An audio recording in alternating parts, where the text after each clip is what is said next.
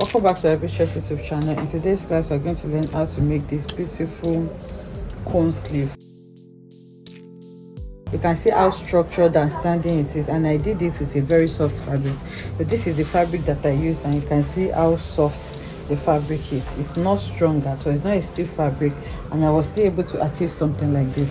So I'm going to take you through how I was able to cut her sew this in this class. So this is something you would like to learn.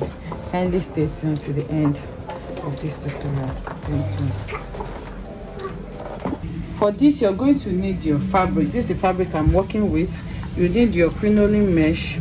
Okay, it's different from corset mesh. It is small, it is stiffer, and then you're going to need your boning. So this is a cone sleeve, so because of that, I'm going to fold my fabric. There are several ways you can cut this. You can cut a form of slash and spread, but I will just cut directly on my fabric. So I'm going to put my fabric on fold in form of a triangle. Remember, your fabric is straight like this, so what you just do like is to fold like you're folding a triangle like this. Okay, so that is what I'm doing. I'll just bring this hand together and then form like a triangle on this part just once. So once you form your triangle, the next thing to do is to create your armhole. So now it depends on how big you want the sleeve to be. Actually, if you don't want it to be so big, you may not fold your triangle up to this end like this. You can fold like this. Okay, you can fold like this, and then you cut off this side and then maintain what you have here. So it's totally up to you and how big you want your sleeve to be. So now I have folded my fabric, and this is what I have. So the next thing is to create your armhole. So you can create your armhole by marking this, but to make it easy, I just take my basic sleeve that I have here and then place it anywhere that is matching with my armhole. Okay, so you can see I'm placing it. You make sure that this end is touching and this end is touching, and my sleeve already has seam allowance, so that's why I am cutting out exactly what I have there. So what I will do now is to go ahead and pin it down. So once you pin it down, you're going to mark the length of your sleeve. So the length is going to start from here. Okay, so it depends on how long you want this sleeve to be. So from the shoulder, I want it to be around maybe 18 inches long is fine.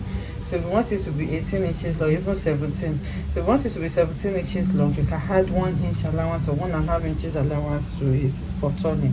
So let's say I'm adding 1.5, so I'll have 18 inches here. So now to mark everything all around, I'll start marking from here, from this starting point. I'll check what I have there, and I have about 25.5. So what I'm going to do is to go ahead and mark this 25.5 all around.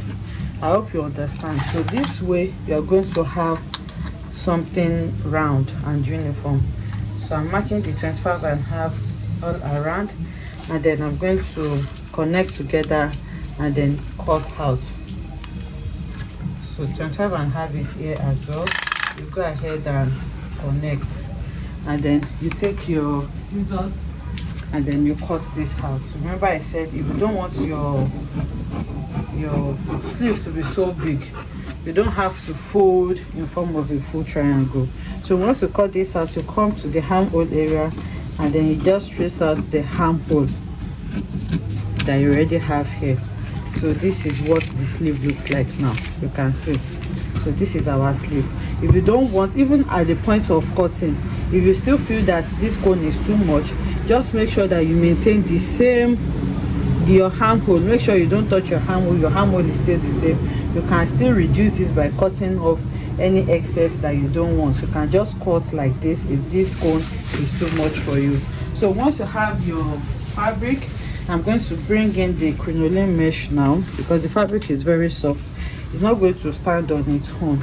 So just like I did for the fabric, I'm going to fold this as well and then place it on it and cut.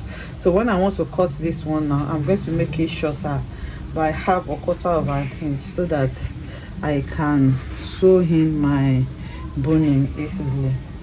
So I'm just folding, I'm arranging it, and then I'll cut this out. So you can see I have cut it out now and it's a bit shorter. So I'm going to detach my pins and then lay it on the table. So at this point you can decide how you want to hold them together.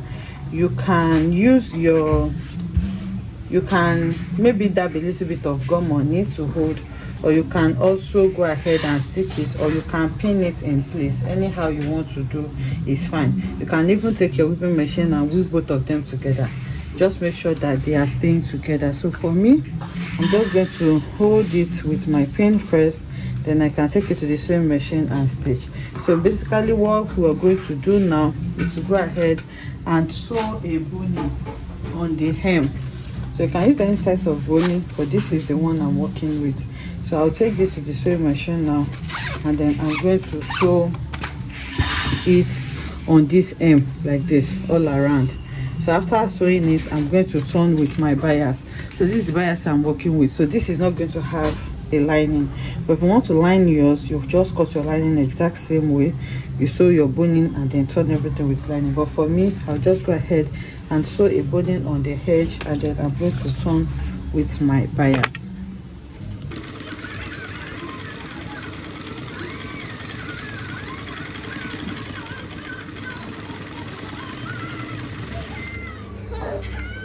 Okay, so you can see I'm done sewing it. I sew with different color of thread, you can see. So I just sew it to hold it together. So now the next thing you need to do now, remember we left like half an inch before sewing. You're going to sew your boning together with the crinoline. This is the crinoline, so your boning will kind of hold the crinoline to the clothes. So this half an inch is for you to be able to turn your bias to fold over the boning. So what I'm going to do now is to take out my crinoline like this, and then I'm going to go ahead and sew. So you're going to turn to the, what you want to do now is to cover this boning with your bias. So you make sure that your boning is smaller than whatever bias that you're working with, so that it can cover it up. So what I will do now is to sew on this part, then after sewing I'm going to flip it like this and then top stitch on it. So I'm going to use it to cover up all this boning all around. So here on the edge as well, you can use your bias to fold it so that it's not going to be poking out. You can also serge it. If you serge it and you see that it's not poking out, then you can work with it. So once you do that, what you need to do now is to just fold this over like this, and then you sew these parts together and then sew this to your armhole. So you can see now that I have turned it.